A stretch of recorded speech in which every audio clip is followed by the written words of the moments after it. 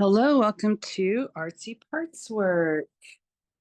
My name's Amelia, and I am new to the journey of YouTubing. So each video in the beginning is going to be a little bit different as I figure out, what I'm doing and as I figure out my style and how my lighting and camera and all that good stuff works together so that you can see what I'm doing. So if you have comments and suggestions, let me know. Tell me, can you hear me okay? Can you see what I'm doing? Does it matter that you see what I'm doing? Um, Sorry, it's kind of boring as you just listen to me talk. This is what we're going to be painting today. The spine, getting some backbone. How's that for a message? And I'm trying to decide what color to start with. Here's a little picture of how I started. I wrote my numbers in Sharpie first on all of these because that's how it came. And then after I threw this aside, I realized there were stickers. So I put the stickers on too. And it is helpful in case those come off, then I know I've got it written on there underneath. But you know what it made me think of? Um, Honestly, it made me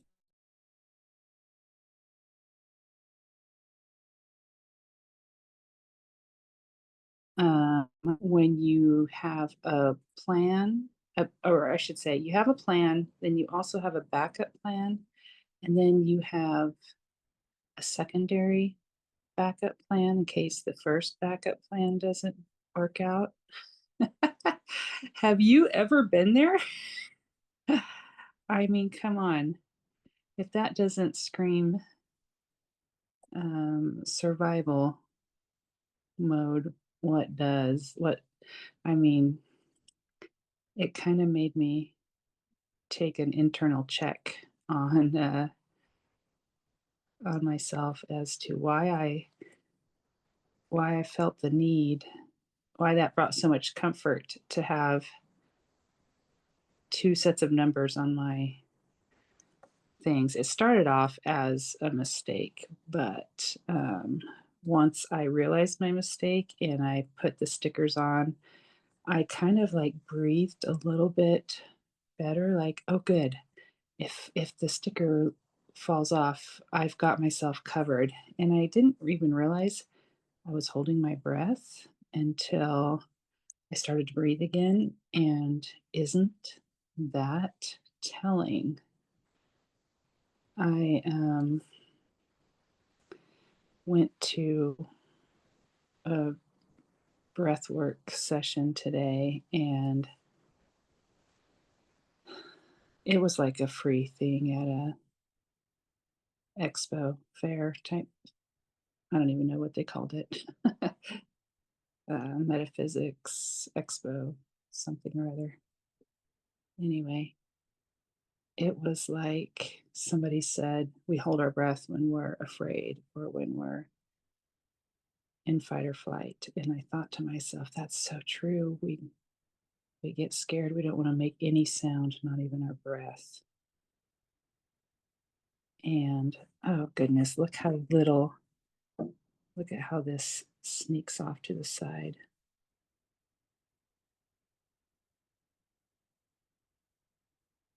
So much detail.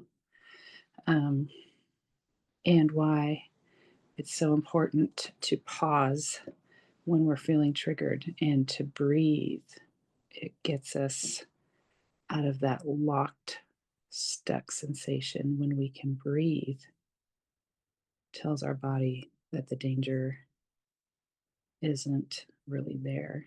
So fascinating to me how just changing your breath can help you get your brain unstuck. Oh, I really like this number 9, peachy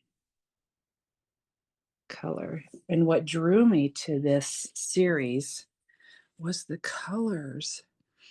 And I got like, I think 6 or 7 of them.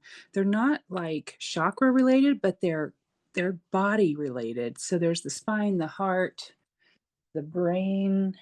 What are the other ones? I don't know, but it's gonna be like a whole set, um, all in the same color scheme, and I just thought, "This is what I wanted to, connect with my internal parts that are, like,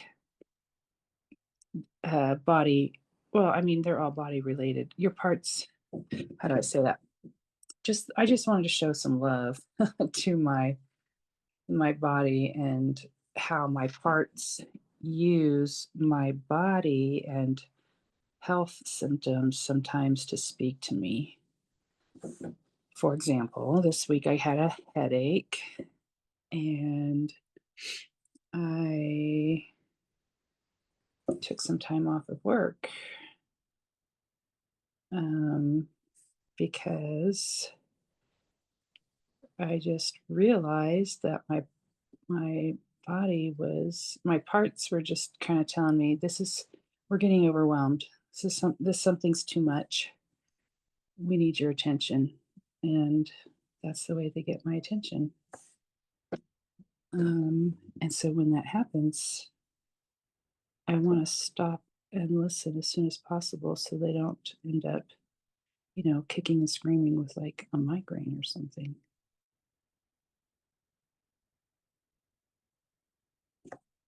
which I used to get because I wouldn't allow myself to rest. Anyway, that's another story for another day.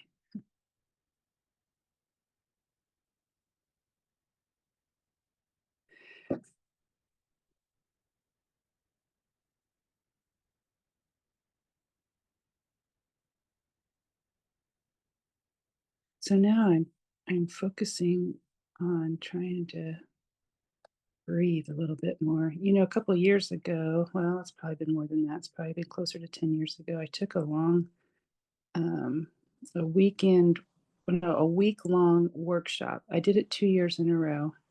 And then they had like this online course that you do during the year with um, team members. We met over Zoom once a week, and yeah, it was pretty involved.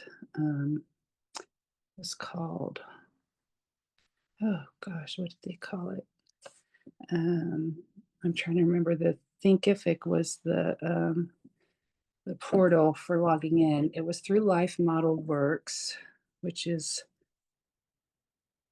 sort of a faith-based organization. I say sort of because they weren't denominational.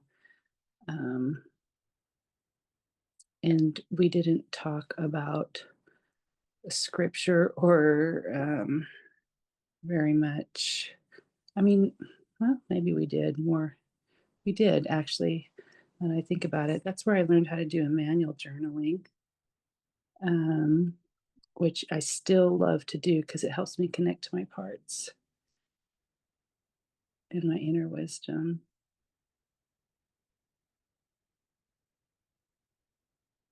Gosh, where was I going with that story? Oh, anyway, yeah, they helped teach me how to regulate my nervous system and to get in a rhythm of rest and play, and how powerful joy is in our life, and how powerful relationships are. Um, and they really were the first group to teach me how to identify when I was triggered versus in my true self energy. And they taught us how to breathe using yawns. That's where I started this story. Where I was going with this story is, um, they would, teach us to yawn so that we could regulate our nervous system. And I did it so much that even now to this day, I can spontaneously, like my body will do it without me trying now.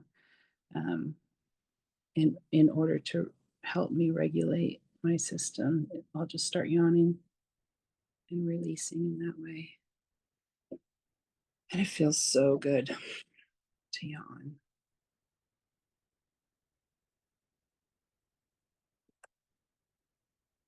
Hmm.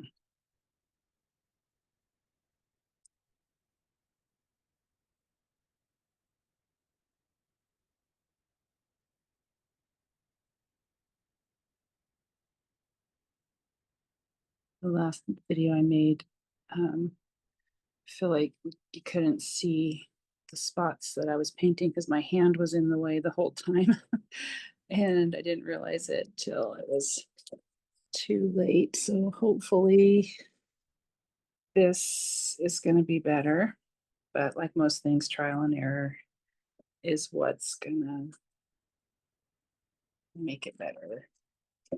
Um, so you might have to put up with less than stellar views. Okay, what's next? Um, what number do I see a lot of? 21 is green. What's 19? Kind of a tan. Let's do that. I like to do the lighter colors in the beginning, but not the lightest colors. So I do have 17 is lighter than 19. And let's see what 13 is. Yeah, that's even lighter still. If I get too light in the beginning, then I can't tell the difference between the white background. Um, this paint by number is unique and it has some color to the lines. It's not just black and white. I kind of like that. Makes it fun when it's in this stage where it's mostly undone. So milky. Just love that texture. Sometimes I water down the paints, but other times I don't. It just depends on how old they are and how smooth they are. But this one feels really smooth. There's no need to water it down.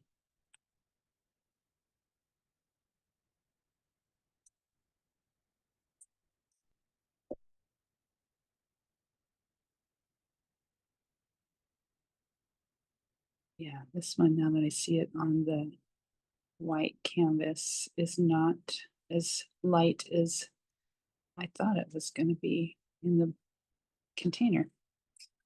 Looked kind of cream, and here it looks more coffee color. I don't know, taupe. So this painting came rolled up in like a burrito with the paper inside of it. When I say paper, this is like they usually send these, so I don't know what a blueprint. I don't know what if you can't, like, if the number didn't print for whatever reason, or you painted over it and you can't remember what number it was underneath and you want to go back and like make it darker, that little blueprint comes in handy. Sometimes like I'll be painting and then I get interrupted or I stop and I don't realize that I haven't finished the section.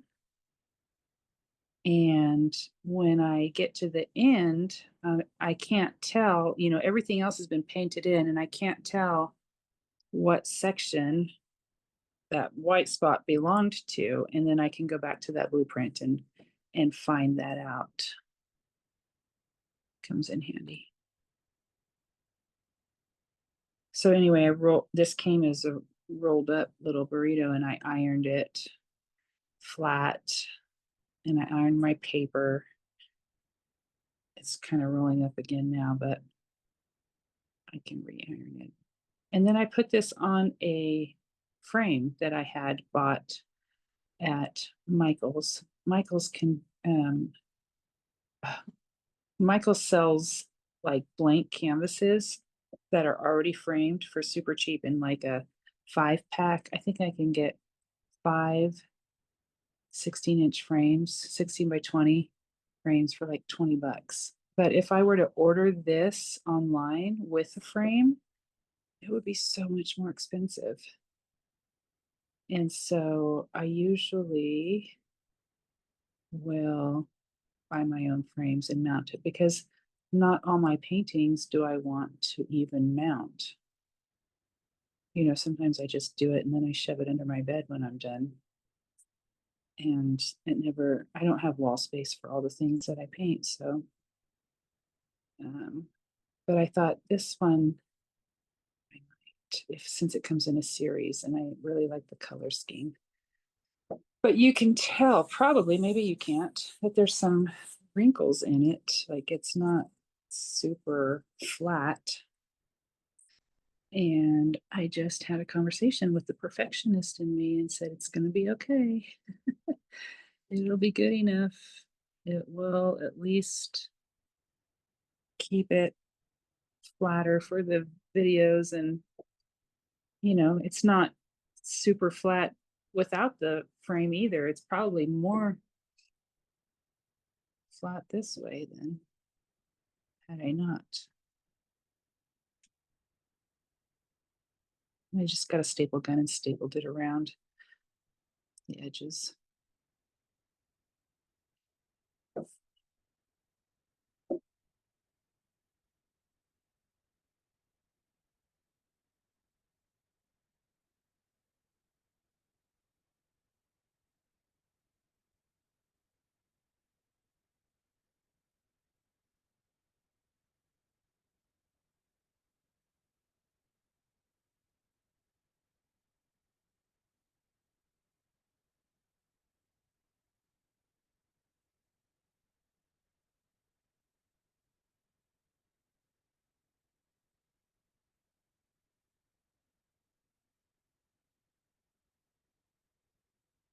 So I feel like I need to say in these videos, maybe I need to say it each time, that I do paint by number as a way to connect with my internal parts, because I'm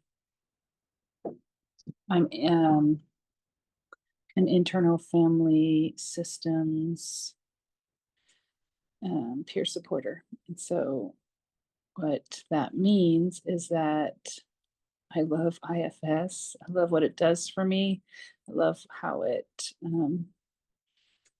helps me meet my goals for personal growth in a compassionate way. I've had a lot of therapy over the years, and I feel like internal family systems is has been the most helpful. And, granted, take that with a grain of salt, because yeah, each therapist built on the previous and gave me a different perspective. And I'm curious what it would be like to have found IFS first before all the talk therapy and stuff. I will say my other favorite is EMDR, um, rapid eye movement desensitization. That was super helpful too. But as far as like affordable stuff you can do on your own, internal family system feels like a treasure, because I can journal with my parts and get to know my parts and bond with them without therapist. The therapist super helps me bring it all together and makes it go further for sure. But what's interesting is I kind of learned and met my parts intuitively. And when I started reading the internal family systems books, um, it all clicked for me. It was like, oh, that's what I'm doing. That's what this is. That someone has studied this and developed it, and there's guidance. Awesome. And I took it and ran. I think it started with the Emmanuel journaling process, where um, they taught, there's a book called, let's see, it's called The Journey. and it's got like 5 or 6 authors. One of them is a couple. Their last name is Lochnow, but the husband and wife were John and wow, I can't think of her name off the top of my head, but they developed it. Jim Wilder's on the list of authors, and oh, I can't remember the rest, but it was a life-changing process because it mixed all the neuroscience of attachment theory and made it simple to use through journaling. And I really bonded and connected with myself. You know, if you've grown up with gaslighting or narcissistic relationships where you're always doubting yourself, doubting your intuition, um, this process of journaling helped me to trust myself again, trust my knowing, and trust my parts, get to know my own inner wisdom in a new way, and validate my emotions and feelings and thoughts in a way that, I don't know, felt life changing for me. I should put a link to that in this video. I will. I'm gonna try and remember that. To that. It explains the process, you know, step by step. It explains the neuroscience behind it. There, I've taught multiple classes, and I feel like even just even if you don't understand all the stuff, you know, the reasons behind it, it's effective just to do the journaling. And a lot of times I will use the journaling to connect with parts and see if I can get curious and be compassionate and meeting their emotional needs, like finding just taking, you know, a check-in, finding out how they're feeling. And painting is the other way I check in. I don't always talk this much when I paint, but for these videos, um, I do because I am also a verbal processor. So sometimes hearing myself helps me figure things out. So I'm a dreamer. I have vivid dreams. I've been decoding them for years for myself, and now I'm starting to help others. People have been asking for help, and I've started doing that. Um, and I feel like I'm developing my own, you know, my own personal dream language and dream symbols, which are starting to also show up in my waking life. So my parts are like, oh, so you understand our language of visuals and visions and storytelling, our form of storytelling. And painting helps me get quiet enough to listen. And it's like conversations that started in the dreams can pick back up as I'm painting, and my parts and I can talk about things and feelings. And my projector parts that are usually full of suggestions and ideas, I can gently ask permission for them to step aside and focus on the painting instead. Focus on, you know, is the camera and the lighting okay? And Yes, you can be here to witness the conversations that I have with these other parts. Um, you're welcome to be close by should we need you. But it just seems like a good way for all my parts to be involved in something. And, as far as attachment goes, playing is a big deal, and play bonds us. And a lot of my younger parts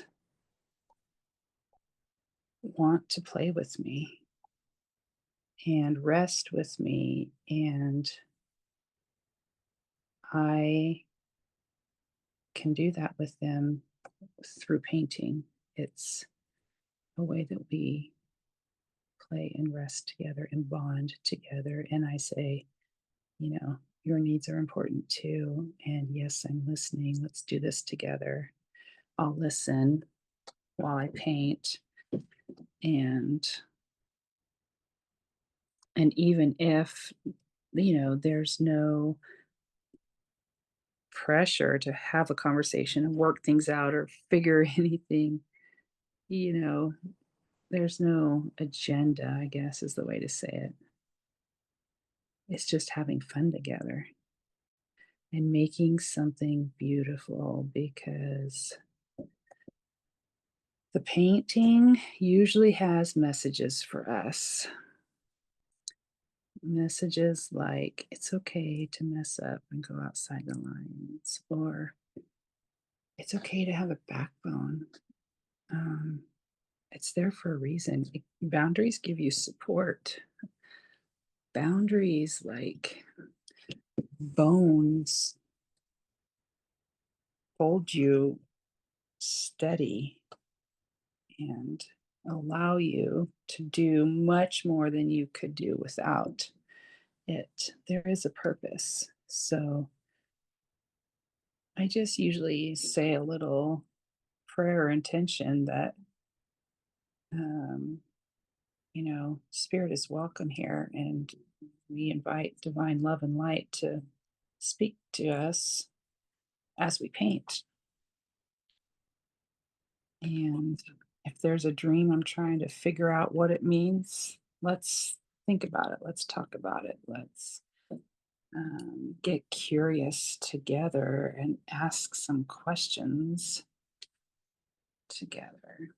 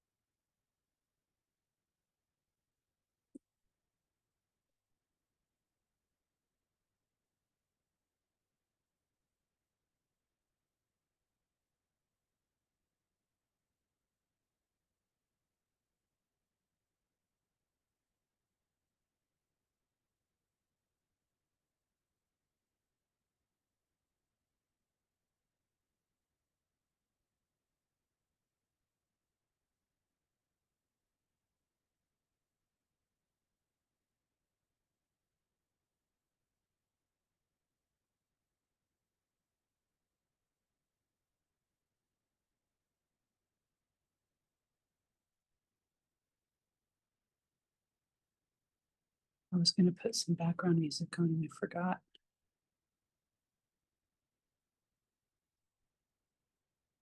It's kind of nice to just listen to the hum of the air conditioner. You guys probably can't hear it, but I can.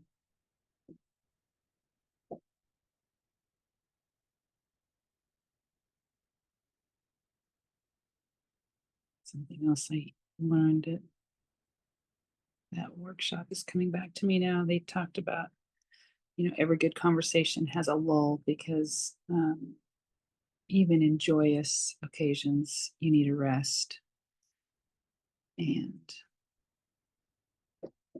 that it's good to pause, both in overwhelmingly difficult times and in happy times. Just the pause helps you transition and accept more.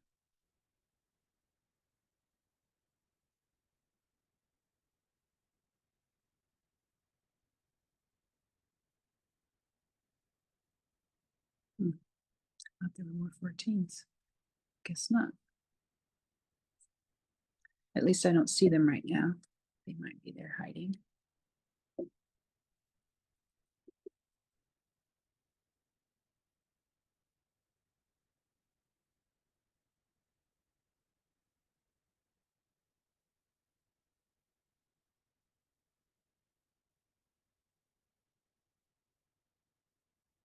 So pretty how that ends up.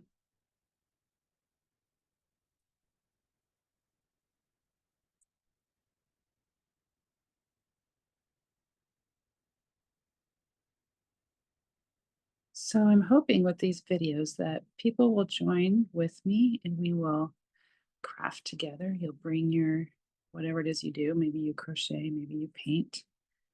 I think at some point it would be fun um, to paint the same thing together. So I will put the link to this one too, because this one's probably going to take me a while. um, I'll put the link to where I bought this one in case you want to paint the same thing with me. And wouldn't that be awesome if we shared in the comments what the picture messages came for each one of us? Kind of a collective channeling of messages. I just think that would be neat.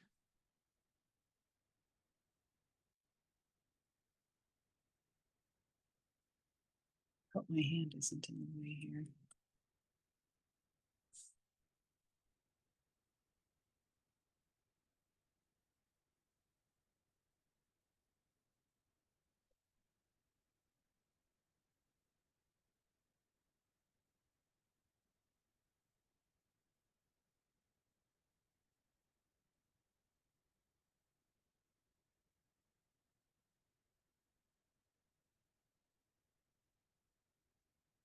If you do decide to do the same painting, I'd love to see pictures in the comments of your progress as you go, because you'll choose different colors to start with or a different corner.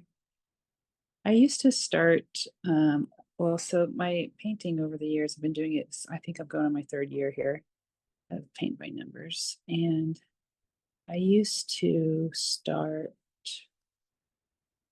um, just with like number one, do all the number ones, and then number two. I was just very orderly and structured. Um, and then I would do like, oh, orange is my favorite color. I'll do all the oranges. And then I would be like, I'm feeling like the number 8 is special today. I'm going to start with number 8. Or, but depending on the painting, I would, if it was a face, most of the ones I did in the beginning were women and their faces and heads. And I went through a whole season of like connecting with my divine feminine. And it was really a lot of all my paintings are my parts work. So, like, there's something that draws me to the painting initially. Like, it's something that I'm working on or developing curiosity about. I shouldn't say working on. I'm sorry, I didn't mean that.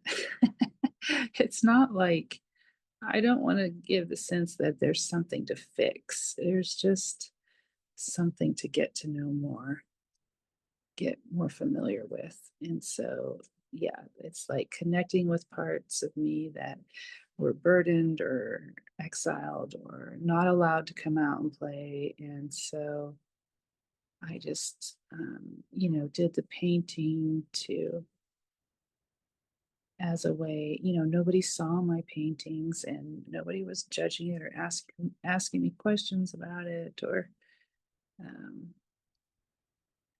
it was like my grief process of realizing, oh, these parts have been shut away or not able to speak for so long. So I really bonded with a lot of my parts through the painting over the years. And I felt like each one of them had a story. And I've written so many stories about my paintings. And for a while, I had a blog where I wrote about it. But at some point, it just got too personal. I was like, I don't want to put this up for everybody to read.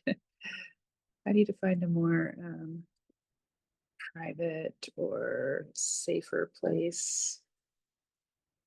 And that was a request of my parts, And, at one point it was just like, no, we don't give permission to share this.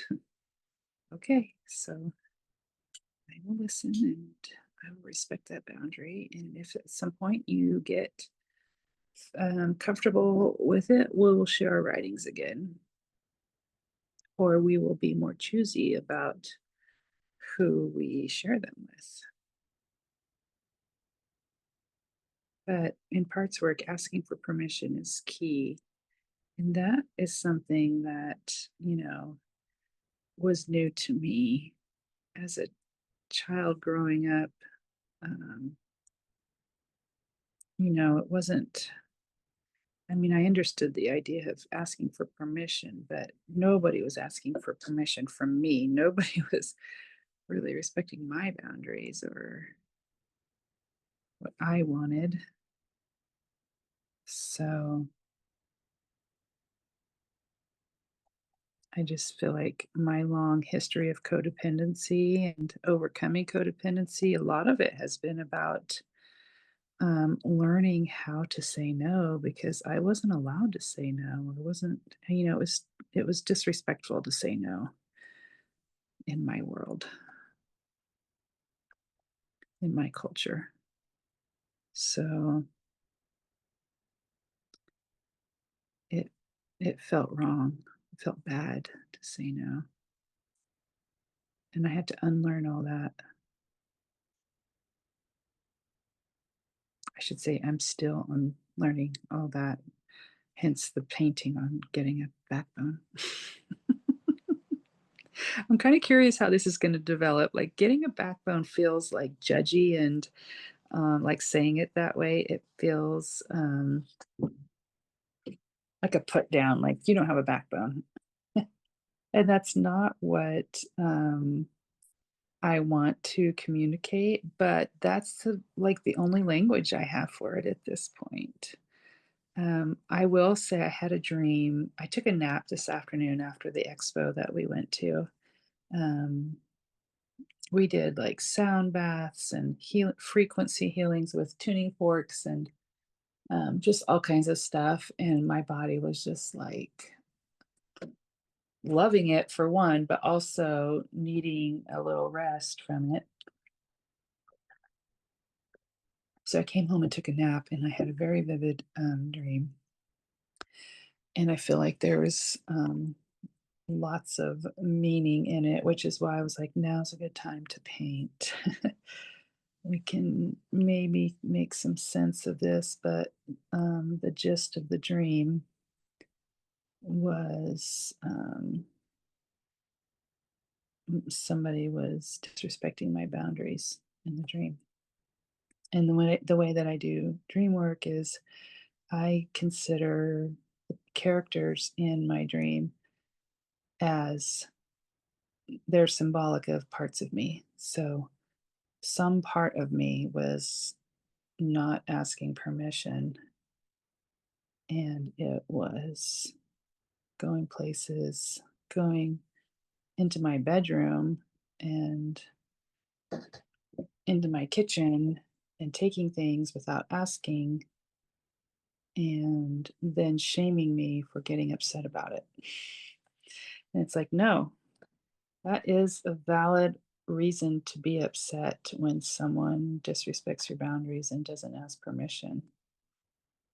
But my initial response, like my default response when I was challenged, it challenged me. The part challenged me by saying, um, "Why don't you try and respond in your new and improved character?" Like it was just saying, like, "I thought you were doing all this personal work and you're not reacting, you're responding now." And it like threw that in my face of as an excuse to let it stay and be disrespectful. And I was like cursing and like, no, this is a good reason to get mad and a good reason to kick you out. But, um, if you're familiar with internal family systems, they say there's no bad parts. And so, like, I'm gonna do some journaling later and see what does that. I haven't even done the journaling yet. I just wanted to paint to kind of bring myself back down before I got into like analyzing and decoding mode. I wanted to do something creative to open up my curiosity and become less defensive because the reality is my body was worked up and defensive after that dream. Even though it wasn't real, we still have reactions and response and emotions that linger from dreams. So that is why I'm doing this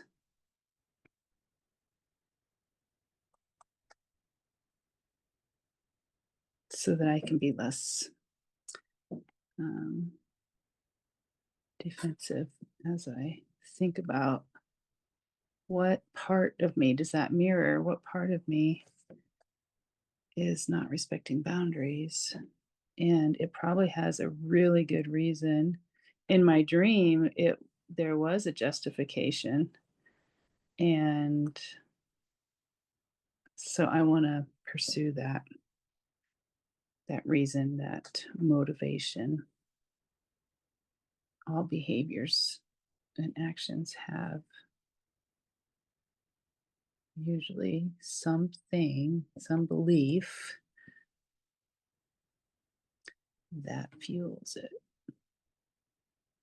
And maybe there's a belief that needs updating or another option.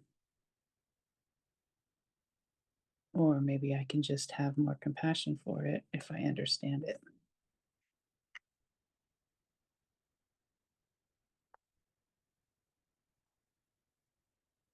Oh, keep bumping my line.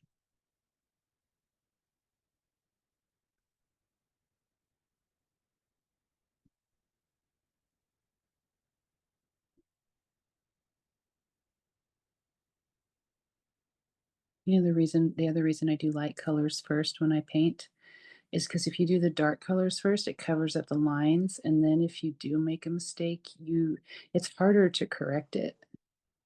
Um, you have to use your paper a lot to see where one line started and ended, and you can tell, like, with these lighter colors, the line still shows through, so when I do the next number, I still know where I'm going. I still have the map here that's easy to see.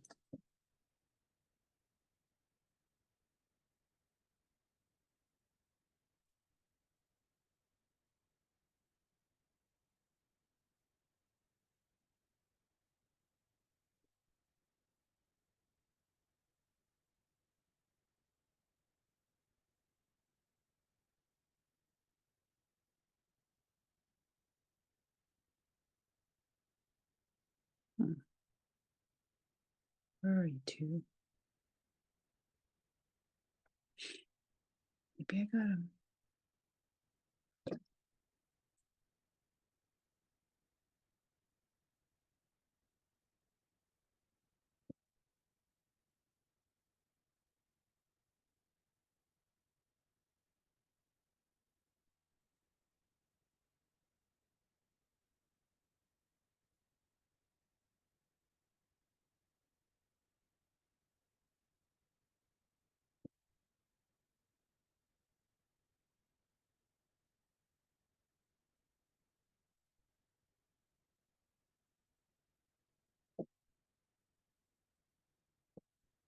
In other news, I have an above ground pool that I love, love, love. Every summer, we love to put it up, and it just is so calming and grounding. It's another way for the kids and I to just rest and play together, just have fun and um, I don't know, just get grounded outside in nature and in water together. It just has really bonded us. And we've done it for years, had above ground pools, and this one just got a leak. And I spent 2 hours last night with my dye and my patches and trying to fix leaks and find leaks, little pinholes in the liner, and it just didn't fix it. Oh, so disappointed. My daughter is away at camp right now, and I know that that's going to be like the thing she wants to do when she gets home is get back out in the pool. She swims every day. Um, and it's her last summer at home before college starts, and it's just, there's a lot of scary stuff that there's a lot of things to be anxious about this summer. Let's just put it that way for both of us. My oldest going off to college, my first babe, my firstborn.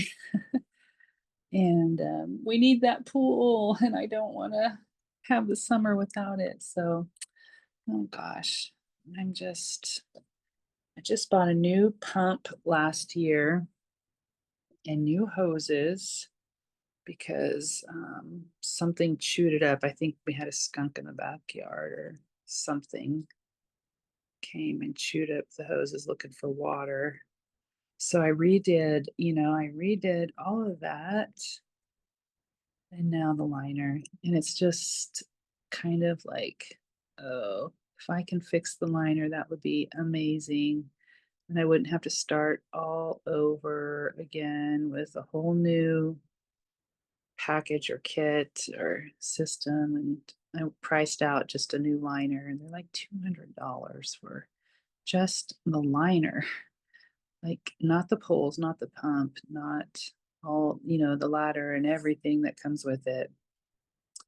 Um, which is almost more, it's almost more it is more cost effective to just buy a whole new kit, whole new pool, bars and everything.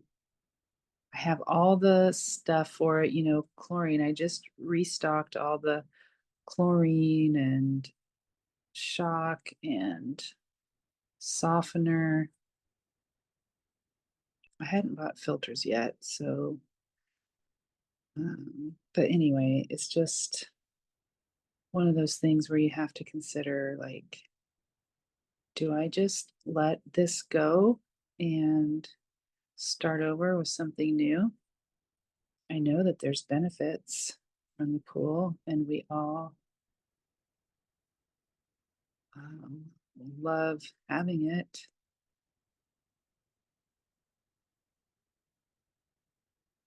And I was just thinking about that, about what other areas of my life does this apply to? This message from the pool can have some double meanings. You know how dreams sometimes will have double meanings, or it'll be a message about both your parenting and your job. You know, it's like, um, coming, bringing it back full circle to the painting and the spine and the dream. Um, the videos that I watched on YouTube on how to fix the leaks, it basically said the leaks happen at that juncture of the pool on the bottom where all the weight is being the it's bearing weight on the very bottom where there's no support, no structural support. So you've got your beams that hold up the side walls, And then all the weight of the water stretches out that liner over time with use, and little pinholes form from the sand underneath it, pressing in with so much pressure. And it doesn't take much. It just a pinhole, a grain, a grain of sand that size of a pinhole leaks out the water and causes you to deflate deflate. Not that it's got air in it, but you know what I mean? Like the water is gone. And yeah, the pressure is removed, but so is the fun and the purpose. And so I'm just, going back to needing support, needing the spine, needing the structure, needing the boundaries to help carry the weight, distribute the weight, and make the system effective. There's a purpose and a plan for it all. And sometimes you just need to update the structure when it gets a pinhole instead of trying to patch it up and make it work and justify it because you've invested so much in it already. Well, what if I invest in something new and better and it works better and it lasts longer and it's less stress and all the things, right? All the things. So we may be updating our pool.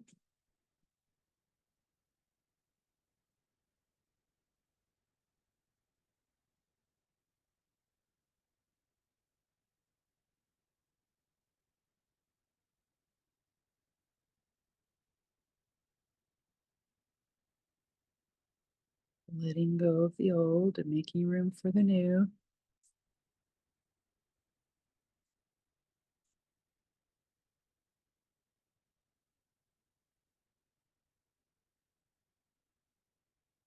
Always involves a little bit of risk because it's unfamiliar, having, have to learn the new pump and the new setup, installation. But typically, it's worth it. I feel like this whole thing with YouTube is going to be worth it once I figure out what I'm doing and how it works. I hope so. I hope this is helping somebody beneficial. Oh, where does this line go? I think. See, it's such a dark line, I can't really tell. I don't know where. Um,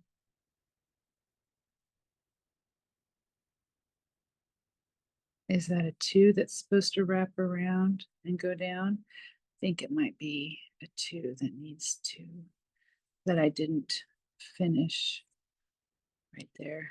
I can't tell because I don't see any other number associated with it. Sometimes it's just not, the number isn't written in, and you can find context clues by looking around it, like what number is this one that goes underneath?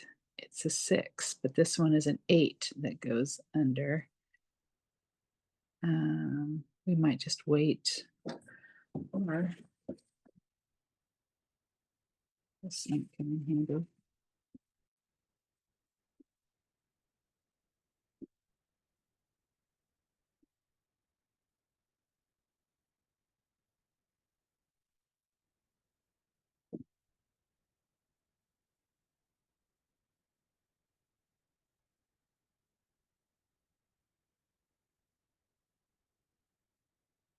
Oh, I think it's a 1. It's the one from up here that wraps around. No, what's underneath the 1?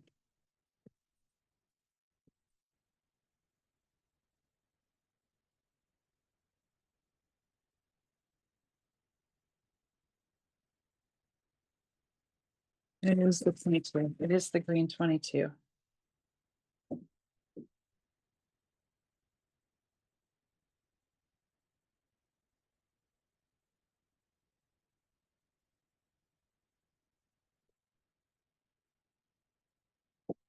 Okay. And if I'm wrong, oh well. I bet you nobody notices once it's all finished. That's the other thing that I learned through painting is that I get focused on all these little minute details in life. And when you stand back and look at the big picture, it really doesn't matter so much.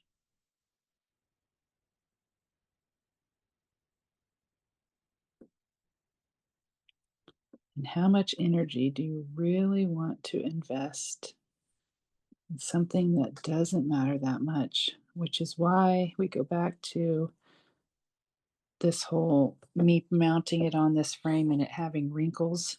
I was like, I don't really care. It doesn't really matter. If I were to hang this on the wall when I'm done, people are going to be looking at the picture. They're not going to be looking at the way that I mounted it. And some detail-oriented people are listening to this saying, "I'll notice." That's something I would look at. Um, and it's true, there are people and I notice things like that. I notice details which, um,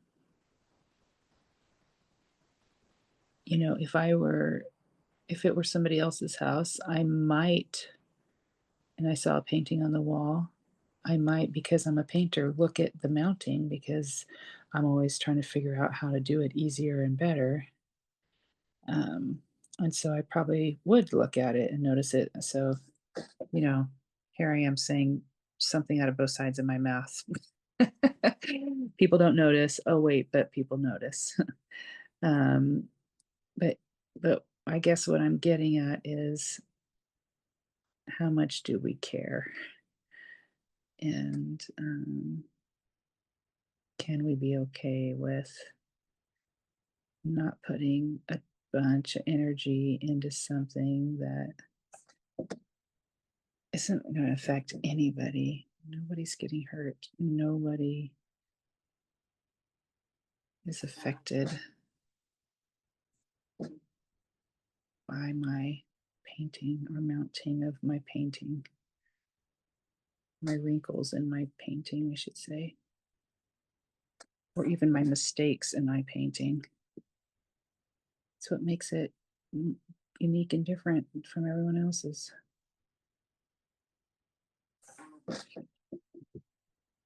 Okay, I'm going to stop with the green because I feel like it's too dark of a color to be doing already.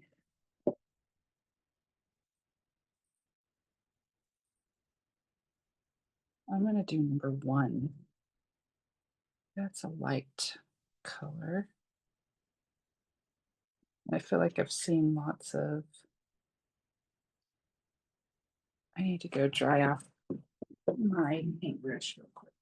It's a little bit soppy.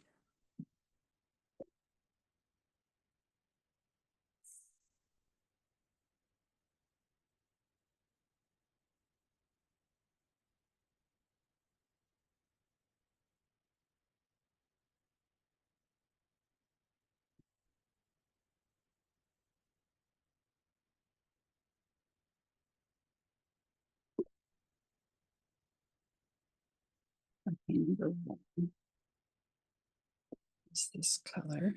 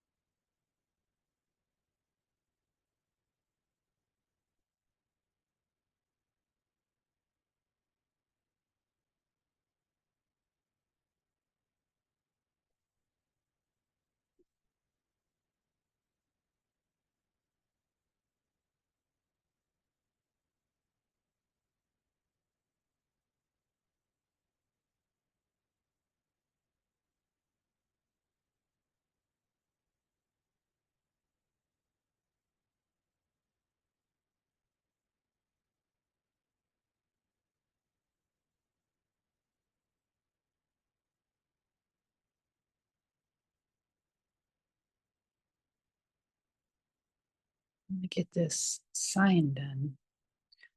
That kind of names it. I had a therapy session this week and found a new part and it needs a name. And we agreed to go for walks together. And so after I paint, I'm going to go for a walk, but I'm curious what the name is going to be. I like to let my parts name themselves. And I'm trying to think, the last part that named itself was Spoonie. And it spurred on all my pottery um, renditions of spoons and spoon rests. And that's kind of a fun way that we've connected with play, is in playing with clay rhymes. But I think I'm going to do a separate video on how I kind of blend all my parts work with dreams and art, and maybe try and explain it a little bit better than I did today, and use some of that experience in my IFS session as an example.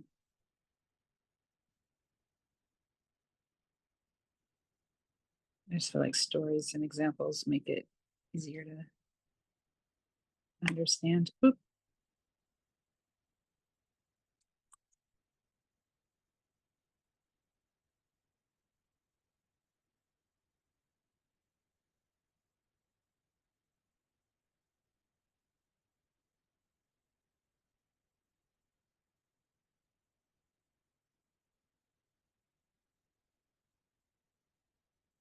That's what I like about dreams. They're like stories, little mini stories, that help me understand things with pictures, symbols like an adventure.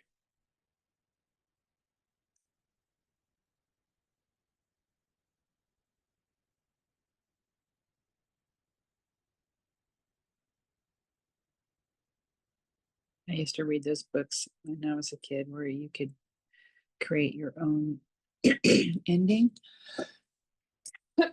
Excuse me. I don't know if they still do those books.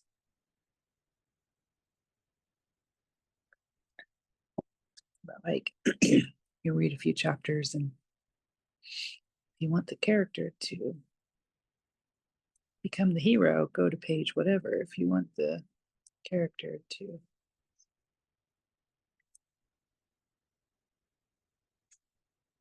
die, or I don't know, I can't remember. It's like I don't think they said that in fifth grade, but in some of those children's books. But if you want the character to go to the ocean instead, go to page 94.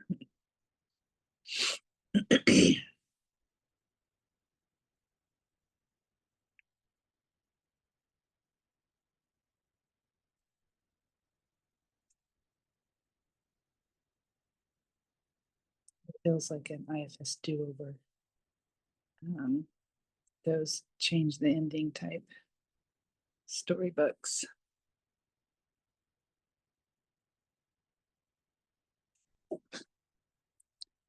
Okay. 13. Actually, I see a few more here. I might sneak in. Oh, that's a 3.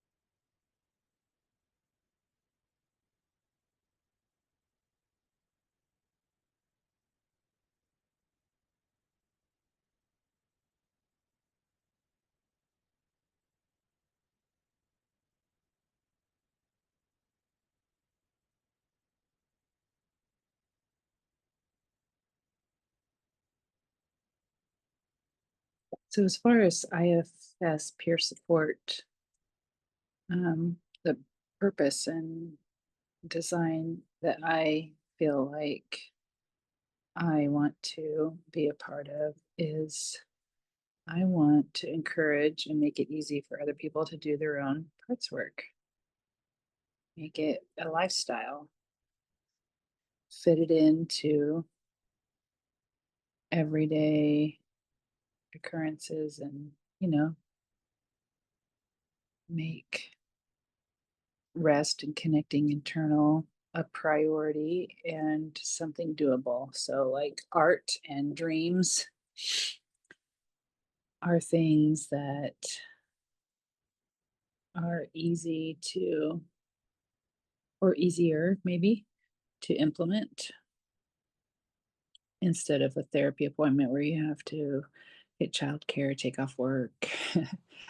Where I all for therapy and I do it, and um, I'm not saying you don't do it, but it's one of those things you do once a month or twice a month, and then in the in between, life happens. And I want to support people in that in between space between their sessions and help make it easier for them to keep up with their parts work and checking in with their parts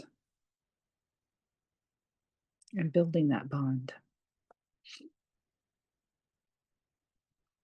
And I have a peer support partner who I chat with over the Marco Polo app, or we do WhatsApp sometimes too. We have both of those at our disposal.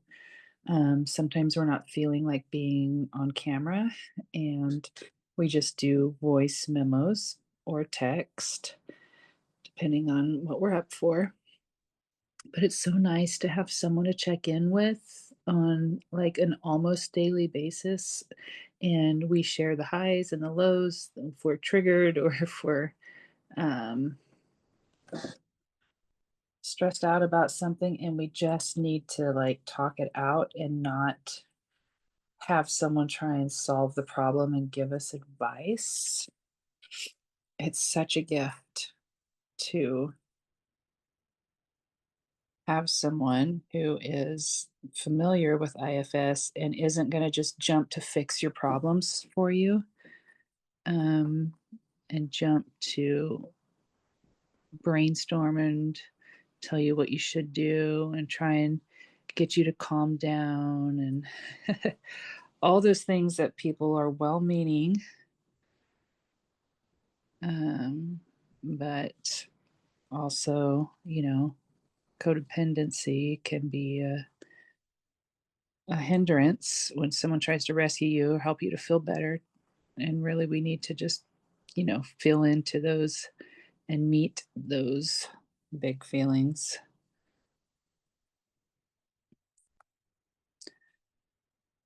and address them and validate them instead. So, anyway, I'm a big advocate of peer support,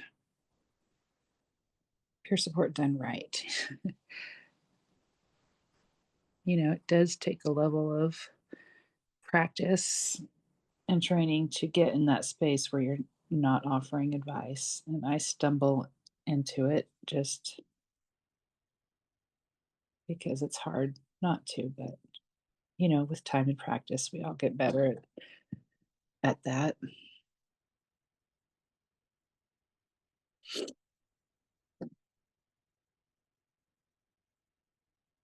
These sevens and ones look so much alike, especially when they're little.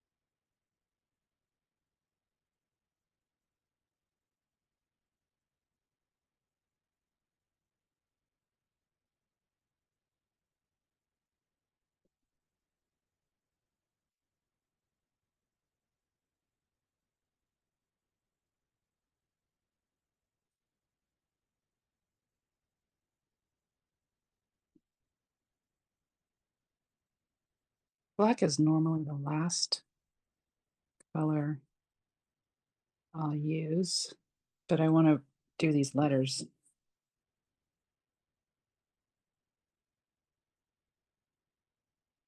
And I have a feeling it might be the only time we use black.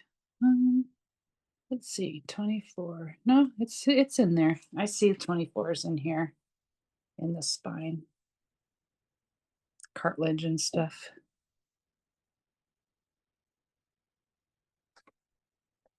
Somebody told me that they do um, paint brush pencils now. I haven't seen it or looked into it, but there's no dipping. I think you just use pressure. I don't know. I am curious, but I haven't been curious enough to buy any.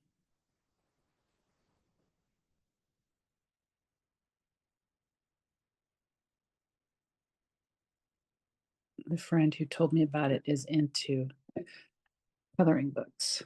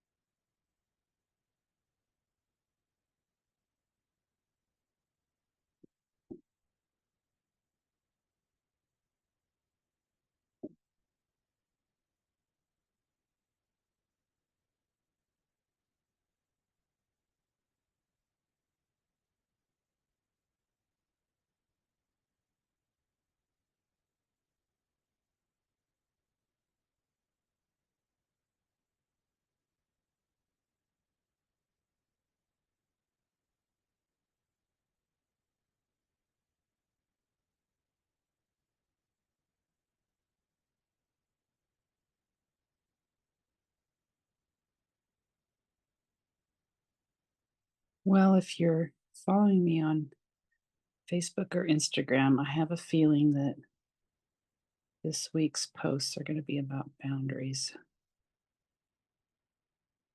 Just saying.